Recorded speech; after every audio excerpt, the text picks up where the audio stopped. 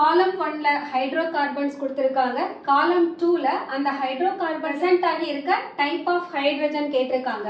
Let us write neopentane structure. This neopentane structure, it has only 4 CH3 groups.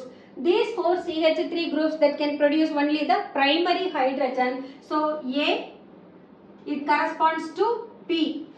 Let us take 2-methyl butane.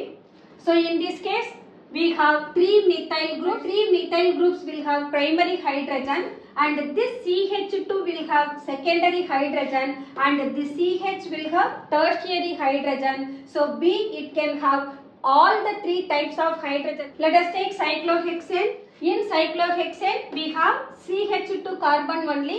The CH2 carbon is capable of producing secondary carbon. So C, that corresponds to Q. Ethane is CH3, CH3. Both the carbon, they are primary carbon only. D, it corresponds to P. உங்களுக்கு இந்த video பிடிச்சிருந்தா like பண்ணுங்க, share பண்ணுங்க, comment பண்ணுங்க, subscribe பண்ணுங்க. Thank you.